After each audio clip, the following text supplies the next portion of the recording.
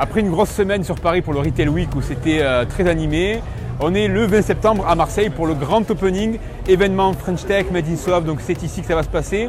Des startups, des sociétés innovantes, des banques, avec de l'économie locale. Ils sont tous là aujourd'hui, on attend pas moins de 2000 personnes avec beaucoup de démos, beaucoup de présentations de nouvelles technologies. Est-ce qu'on va parler de la blockchain? Est-ce qu'on va parler des nouvelles, le nouveau monde physique, le digital, donc le monde physique et le digital, des sociétés innovantes de la banque, de la finance, ils sont tous réunis aujourd'hui. Donc on va les rencontrer, parler un peu avec eux et voir ce qu'on peut vous donner comme image à regarder. C'est parti, on y va, suivez-moi.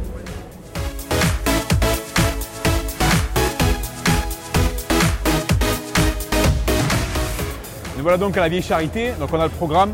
La Vieille Charité, c'est un endroit emblématique de Marseille. Il y a eu beaucoup d'art ici, de sculpture, beaucoup d'événements, de théâtre. Beaucoup de gens sont passés par là, c'est vraiment un lieu de la culture marseillaise. Marseille, c'est une ville qu'on adore, il fait bon, on a de la chance, il fait 30 degrés, regardez, on a une petite chemise et il est quand même 7h30 du soir, donc on va avoir une bonne température. Donc au programme, on va voir différents partenaires de l'événement. Pof, ici vous ne pourrez pas scanner le tag, mais c'est pas grave, on va vous faire visiter, suivez-moi. On va aller voir nos amis de SocialImap. Donc SocialImap, c'est une application qui permet de faire des collaborateurs, des ambassadeurs de votre marque pour collaborer et communiquer sur la marque. On va aller voir tout de suite. Bonjour, Guillaume Sanchez, Market Academy. Enchanté. Est-ce que tu peux nous présenter en direct SocialImap avec tes belles lunettes de soleil? Alors on a de la chance parce qu'ici il fait encore 30 degrés. Alors qu'est-ce que SocialImap? On te voit souvent? Avec grand plaisir. SocialImap, c'est une entreprise qui permet aux autres entreprises et organisations de se développer sur les réseaux sociaux et développer leur présence digitale. Et on intervient auprès des entreprises sur 3 grandes thématiques. La première, c'est l'automatisation des publications que vous pouvez faire sur les réseaux sociaux. La deuxième, c'est de faire une veille, parce que pour automatiser, il faut du bon contenu. Donc on fait une veille active sur le marché, etc.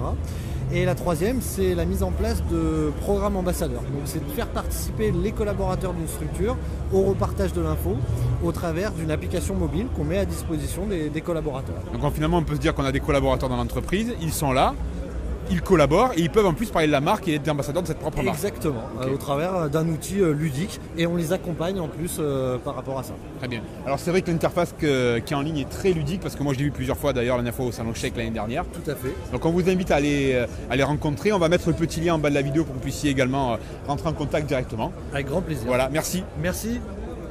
On va maintenant se rendre sur le stand startup le plus important pour nous Marseillais. Venez, suivez-moi, vous allez voir. Le bar. Alors tout se passe ici, nous. La partie de cartes, c'est au bar. Le jeu, c'est au bar. Les histoires, c'est au bar. Donc c'est vraiment un élément très important. C'est un bar 2.0. Vous voyez. Qu'est-ce qu'il y a de moderne dans le bar? Je ne sais pas. On va essayer de commander à boire. Bonjour monsieur. Je vous donne une double whisky s'il vous plaît. Ok. Donc l'alcool, c'est à partir de 19h30. Donc on va aller au bar en face pour prendre un apéritif. Alors ça tombe bien parce qu'on vient de croiser Fiona, qui est notre ancienne chef de projet chez Market Academy, qui est restée un moment. En plus, on a un droit à l'image, on a le droit de te filmer. Ah ouais? Oui, c'est vrai que j'avais essayé le... Voilà, donc tu es chez Nextia maintenant, c'est ça? C'est ça. Alors c'est quoi Nextia? Parle-nous-en un petit peu. C'est une agence de communication 360. Oui. Donc on fait à la fois du web et du print. Et le but c'est vraiment d'accompagner les clients dans toute la communication globale, que ce soit la refonte de site, la création, les supports print, l'identité visuelle. Voilà. Donc quelqu'un qui a un besoin vraiment de communication globale, vous faites tout. Le web, les cartes de visite, les flyers, la communication, Exactement. La création de la marque et compagnie. C'est ça. C'est cool. C'est cool. Merci Fiona. On mettra Avec le petit plaisir. lien en bas dans la vidéo pour aller voir Fiona et toute l'équipe également Nextia. Et Sabrina, elle est où d'ailleurs? On ira voir Sabrina tout à l'heure aussi. Pourquoi vous êtes pour ça? Car je suis en France pour ce soir.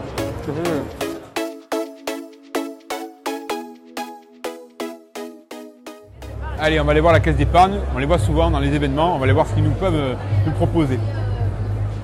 Alors, je suis avec Mélanie de la caisse d'épargne. Et elle va nous présenter un petit peu en termes d'innovation, comment tu accompagnes les entreprises vraiment dans le digital aujourd'hui, c'est un monde très important. Tout à fait, alors nous on a en fait un programme d'accompagnement dédié, start-up et entreprises innovantes qui s'appelle Neo Business. Donc l'idée de ce programme c'est d'accompagner vraiment les start-up sur toute leur phase de développement. Donc on a un pré-innovation qui est dédié, mais on fait aussi de l'accompagnement sur du haut de bilan, donc on met en relation les start-upers avec des fonds et on les conseille sur toute leur durée de projet. Voilà, donc on a vraiment un accompagnement qui est complet et qu'on destine à toutes les startups sur toutes les filières, qu'elles soient du numérique ou sur tous les autres sujets. D'accord. Donc concrètement, comment ça se passe quand on est une start-up et qu'on veut rencontrer la caisse d'épargne? Alors il faut nous contacter, on a un site qui s'appelle Neo Business. D'accord. Donc vous tapez sur Google, www.caisse d'épargne CEPAC. la rubrique entreprise Néo Business et vous avez un mail, vous pouvez nous contacter, un numéro de téléphone et ensuite on vous met en lien avec des chargés d'affaires innovation qui sont formés à l'innovation et qui comprennent les start-upers et les modèles économiques des startups. D'accord. Alors vous retrouverez le lien en bas de la vidéo directement pour pouvoir aller sur le site de la Caisse d'Épargne. Alors maintenant j'ai une autre question dans le web, encore une fois, dans l'innovation. Qu'est-ce que tu penses de la blockchain des crypto-monnaies aujourd'hui? Un sujet d'avenir. Un sujet d'avenir. Qu'on ne comprend pas tous. On ne comprend pas tous. Ce dont on parle beaucoup en ce moment, ce sont les levées de fonds en ICO. C'est ça. Donc il y a une réglementation qui est en train de sortir par le biais de la loi Pacte, il me semble. Bon, je ne suis pas encore hyper documentée sur le sujet, mais je sais qu'il y a beaucoup de choses à faire et à creuser pour nos start-upers qui ont besoin de lever des fonds de plus en plus et de plus en plus vite. Alors une ICO, c'est Initial Coin Offering. En fait, ça permet de générer des actions sous forme de token. Donc en fait, c'est comme si on lançait une crypto-monnaie. Et moi, je mets de l'argent. En contrepartie, j'ai des premiers tokens, donc des morceaux de cette monnaie, et après qui prendront de la valeur et qui pourront me donner. Alors je crois que c'est difficile à réaliser, mais c'est très à la mode aujourd'hui. Absolument.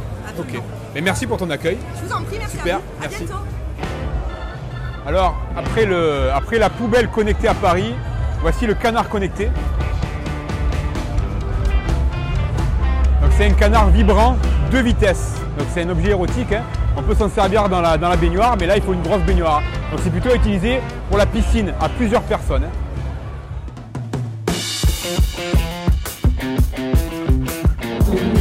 Ah, tu m'as pas reconnu. Ah, tu m'as toujours pas reconnu. Et comment tu veux que je te reconnaisse? Tu m'as reconnu ou pas? Maintenant, oui. Ah ben ça va. Ça va? Mais c'est hallucinant. Bah ouais. Pourquoi tu fais ta morphose de dingue? J'ai perdu 60 kilos. Bonjour. C'est Guillaume.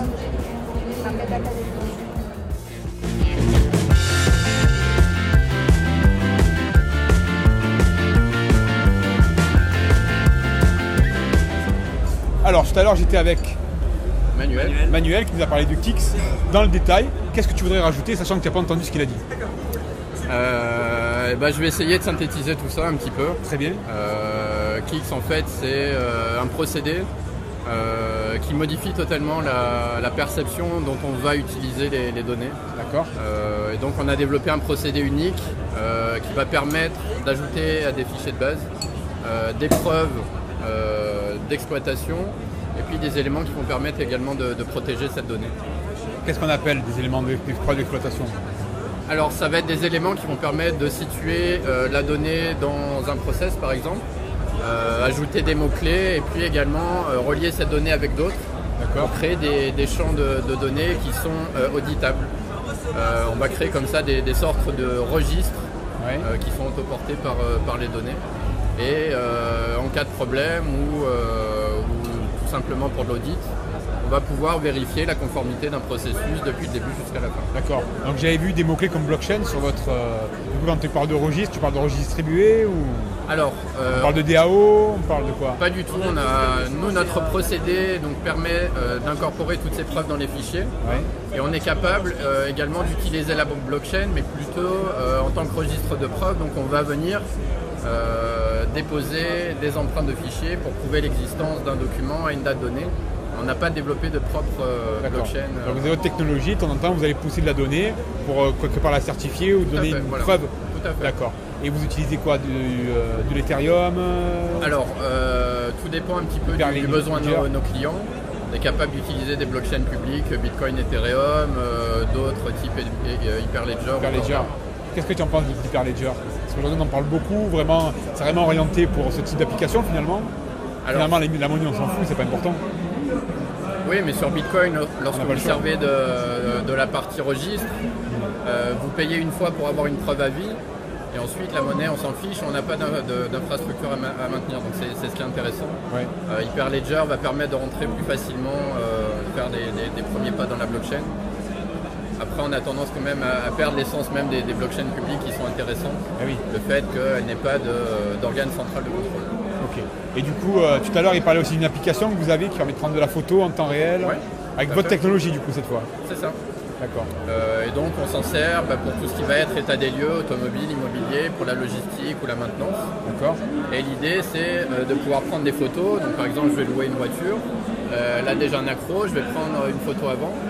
Et puis au moment où je vais la rendre, et le gros avantage c'est que toutes les preuves sont dans la photo directement. On n'a pas besoin d'aller vérifier sur un système.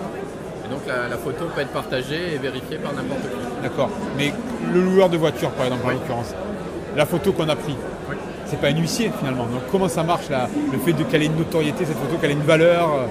Alors, on choisit justement les niveaux de protection. On peut signer cette donnée avec un eurodatage qui soit qualifié ou non. D'accord. Lorsqu'on utilise un eurodatage qualifié, on a une présomption de validité par défaut. Donc on va multiplier comme ça les éléments de preuve. On n'est pas uniquement sur la blockchain, mais on utilise également des systèmes un peu plus classiques pour apporter de la preuve dans ces fichiers. C'est une valeur juridique finalement ça? Oui. Alors, même au niveau de la blockchain, on a encore très peu de jurisprudence sur le sujet. Oui. C'est recevable en justice après, à voir comment ça va être jugé, mais tout laisse à penser que ça va l'être. Ça allait en Chine, ça l'est dans beaucoup d'États aux États-Unis. Il y a eu des amendements récemment en France sur ce sujet, donc on voit que c'est un sujet qui est en train de changer. Donc on peut dire concrètement que vous êtes une vraie start-up innovante? On est une vraie start-up totalement innovante. Ça fait plaisir. Et on utilisait la blockchain depuis les années 2011. Ah oui, depuis le début alors. Super, merci de m'avoir répondu.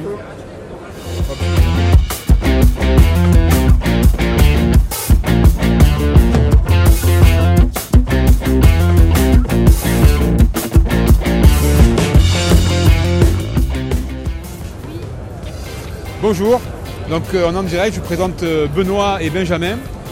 Benoît et Benjamin qui sont là ce soir pour un tournage de Jackie et Michel. C'est un tournage avec des adultes consentants. Est-ce que vous souhaitez participer? Et vous? Voilà, donc c'est mort, pas de participation. Merci.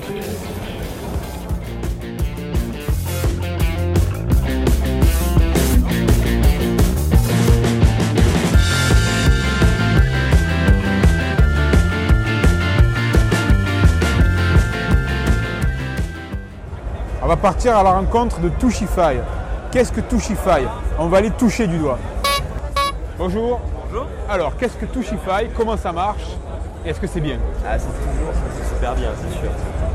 Touchify, c'est une plateforme cloud de gestion de contenu pour les écrans tactiles. D'accord. Donc ça va permettre de créer du contenu qui est vraiment interactif, qui va faire apparaître des éléments contextuels, faire démarrer des petites vidéos par exemple, lancer une petite vidéo où on voit de l'interactivité d'ailleurs, zoomer par exemple des photos, attraper les photos, les zoomer, mettre en place comme ça du contenu qui va notamment servir à remplacer le traditionnel et ennuyeux PowerPoint en rendez-vous commercial. C'est un des usages qu'on fait le plus. D'accord. Ou en permettant au commercial d'être beaucoup plus dynamique, beaucoup plus dans la discussion que dans le monologue ennuyeux où au bout d'un quart d'heure je sors mon téléphone et je finis sur Twitter. Là voilà, on va retransformer tout ça pour une meilleure performance commerciale. D'accord, donc c'est dans le cloud, ça veut dire qu'il n'y a que le software qui est fourni, mais il y a aussi le hardware, le matériel. Non, le hardware en fait on a un groupe de partenaires. On s'est rapproché, on a toute une communauté autour du tactile et on va fournir des solutions. Par exemple, un de nos partenaires, vous avez quelques écrans qui sont affichés ici. D'accord. Et nous, on va monter des offres communes avec plusieurs partenaires pour répondre aux besoins du client. D'accord. Le modèle économique, c'est quoi? C'est un abonnement? C'est un forfait? C'est un abonnement. C'est un abonnement pour accéder à l'éditeur d'abord. D'accord. Qui vous permet d'accéder donc à la plateforme d'édition, de diffusion et d'analyse. Oui. Et ensuite, des licences par périphérique sur lequel je veux installer l'application. D'accord. Donc le périphérique, on peut s'en servir que pour l'application, on peut s'en servir pour autre chose? Après, vous pouvez vous en servir pour autre chose, mais à partir du moment où je l'utilise pour l'application, par contre, il est soumis à licence. D'accord. Et donc voilà, ça va s'adapter à votre taille et à votre flotte. D'accord, donc c'est pas pour le nombre d'utilisateurs, c'est pour le nombre de licences installées, ça par contre. Exactement, c'est pour le nombre de lecteurs et pas d'éditeurs. D'accord. Donc on retrouvera le lien en bas de la vidéo et on aura un lien dans votre site pour que les gens puissent vous contacter directement. Super. Merci beaucoup. Merci.